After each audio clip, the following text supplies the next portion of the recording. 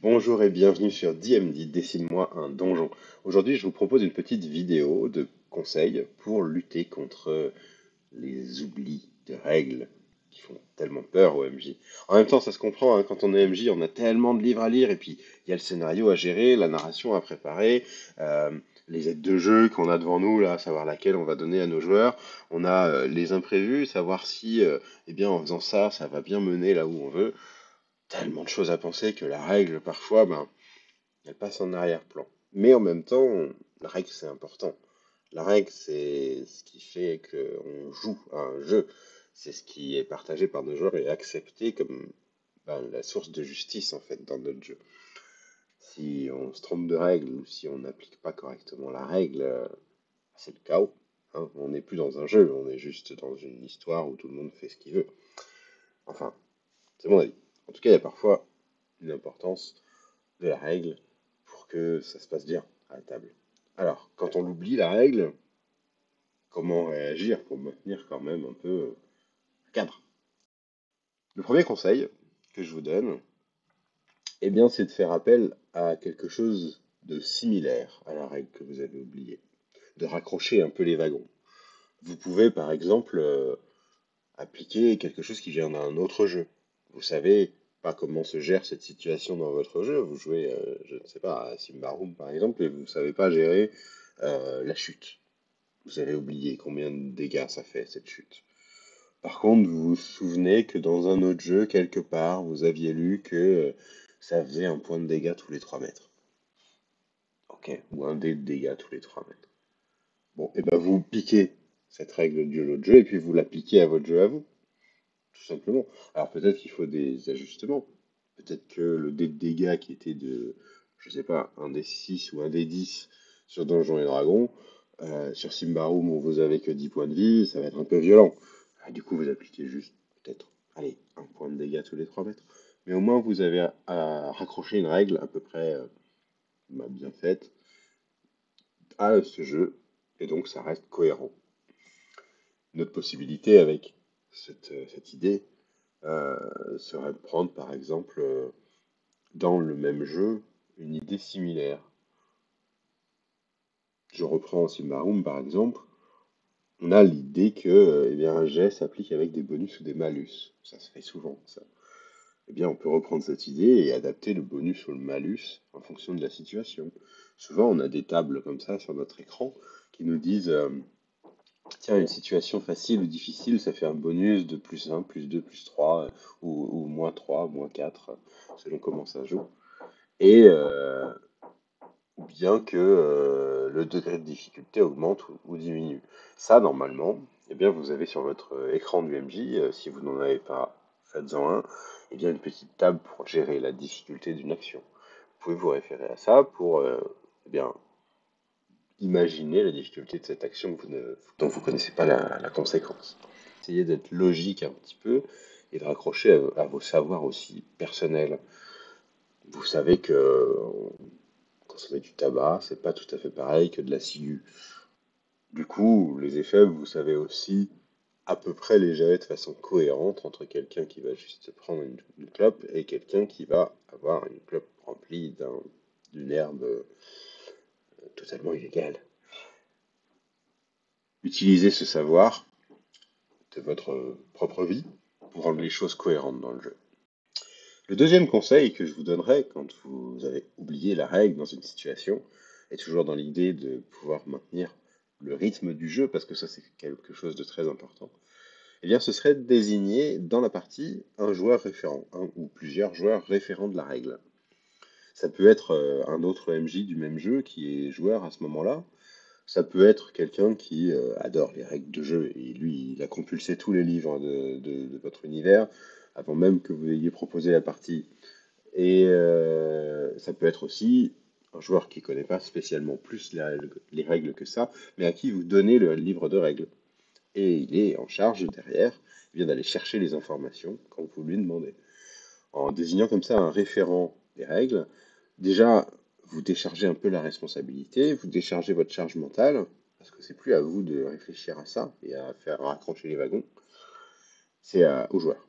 Et en plus de ça, vous donnez à la réponse du joueur une légitimité qui va être plus difficilement questionnable. C'est-à-dire que si le joueur a trouvé la réponse ou donne la réponse, quelque part, c'est un peu partie du principe que les joueurs l'acceptent aussi, cette réponse, vu que c'est un joueur qui la donne.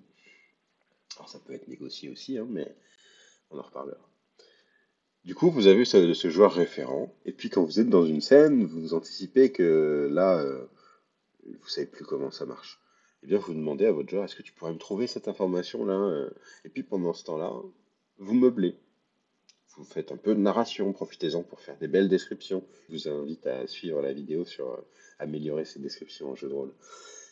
Vous pouvez passer le tour de ce joueur jusqu'à ce qu'il ait trouvé la réponse et y revenir plus tard. Vous pouvez voilà, meubler pendant que la réponse arrive et soit trouvée. C'est quelque chose qui est très agréable en tant que MJ, que j'ai commencé à expérimenter il y a peu de temps, mais qui arrive en fait à gagner de la fluidité, qui libère l'esprit du MJ et qui du coup peut plus se concentrer sur son jeu, sur sa narration et son histoire. Et ça, c'est très important. Le troisième point, ce serait de négocier avec les joueurs. Vous avez une situation, vous ne savez pas comment la gérer d'un point de vue règle, votre joueur référent, vous n'en avez pas, ou il n'en sait rien non plus, vous n'arrivez pas à raccrocher un wagon à quelque chose que vous connaissez, eh bien, vous allez dire très clairement, je ne sais pas comment se gère ce truc-là, comment vous feriez, vous, joueur, dans cette situation? Qu'est-ce qui vous paraît cohérent, logique, sur quoi on peut s'accorder comme règle ensemble pour jouer cet aspect-là? Parce qu'en fait, là, on touche réellement à ce que c'est qu'une règle du jeu. Une règle du jeu, c'est des lois, des éléments décidés dans le groupe d'un commun accord auquel tout le monde adhère pour que le jeu se passe bien, pour que ce soit un jeu équitable et qui soit OK pour tout le monde. Une espèce de contrat social du jeu, on va dire. Et en donnant la responsabilité à tout le monde à la table de façon ouverte, de faire une petite parenthèse règle. Ok, là il n'y a pas de règle, je m'en souviens pas. Décidons ensemble d'une nouvelle règle. Déjà, vous allez rentrer dans le monde merveilleux du fait maison, de la réadaptation des règles, ne pas faire juste by the book, comme on dit, c'est-à-dire uniquement ce que dit Donjons et Dragons. Si ça se trouve, il a tort aussi, Donjons et Dragons, hein. Et du coup, de vous approprier ce que vous avez envie de mettre à votre table. Peut-être que vous allez du coup avoir des super idées qui s'en viennent de ça et qui derrière vous allez réappliquer derrière, plus tard, sur d'autres situations, sur des situations similaires, mais vous allez y avoir réfléchi ensemble. Donc à la table, quand ça vous arrive, dites à vos joueurs, je ne sais pas. Je ne sais pas comment ça marche, je ne sais pas comment gérer ça. Comment on fait? Qu'est-ce que vous feriez? Comment vous géreriez cette situation? Il y en a un qui va vous dire, ah ben moi je serais bien, j'ai de telles compétences avec une difficulté comme ça. L'autre qui va réagir, ah non, la difficulté pour ça, ce serait quand même plus important. Et puis cette compétence, peut-être on peut l'opposer à quelqu'un d'autre. Et puis il y a le système aussi des bonus. On pourrait mettre un bonus pour cette action, ou bien un truc de terrain difficile, ou je ne sais quoi. Tiens, oui, mais moi ça me rappelle dans un autre jeu que j'ai joué, eh bien il faisait comme ça. Et puis en fait, vous allez émuler un brainstorming, en fait, faire travailler tous les esprits au lieu d'un seul. Et de ça, souvent, naissent des choses très très intéressantes. Déjà parce que c'est négocié, ensuite parce que la puissance des cerveaux de plusieurs, ça vaut mieux que la puissance d'un seul. Et derrière, eh bien, vous allez créer un consensus qui est très honnêtement hyper agréable à la table. Ça m'arrive souvent, vous pouvez aller voir l'Odyssée des Dessinant Dragon là-dessus, de négocier une situation. Je l'ai fait avec Demetria, par exemple. Je ne savais pas comment gérer le fait de lancer une ménade sur une autre. Et j'ai demandé, est-ce que ça vous va si on fait comme ça? Ou bien, qu'est-ce que vous feriez pour ça?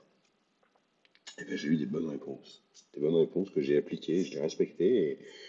Et derrière, ça permet aussi aux joueurs d'être impliqués dans le jeu, de comprendre le système derrière. Parce que c'est pas toujours évident de se représenter un système de jeu et de comprendre sa logique. Parce que derrière chaque système de jeu, il y a une logique de règles. Et quand vous faites ça, en fait, bien vous positionnez-vous plutôt comme médiateur du système plus général que vous connaissez mieux, de dire, Ça, c'est pas vraiment dans la logique du jeu, je vous réoriente. Euh, là, oui, d'accord, pourquoi pas, mais c'est pas faisable dans tel jeu, ce serait plutôt de style de tel autre. J'ai besoin de quelque chose de plus précis, ou au contraire d'un peu plus narratif, ou voilà. Et vous pouvez orienter pour qu'ils comprennent aussi dans quel univers de jeu, dans quel système ils se situent. Parce qu'on va pas inventer les mêmes règles dans un système Donjons et Dragons que dans un système Symbaroum, Esteren ou Vampire. Voilà. Je vous conseille donc d'appliquer ce conseil à tout va. Très honnêtement, c'est génial l'effet que ça crée à la table. Oui, ça casse un peu la narration, ça arrête le rythme, mais en termes d'implication des joueurs et de compréhension des joueurs de ce qu'ils sont en train de faire, on est vraiment là sur l'aspect jouer ensemble. C'est plus l'aspect histoire, c'est sûr, mais on retrouve du jeu quand on fait quelque chose comme ça. N'oubliez pas, si jamais cette vidéo vous a intéressé, que vous avez envie d'en voir d'autres, eh bien de partager, de liker, de vous abonner. Et puis, je vous dis à bientôt sur la chaîne DMD. Dessine-moi un donjon. Ciao, ciao, ciao.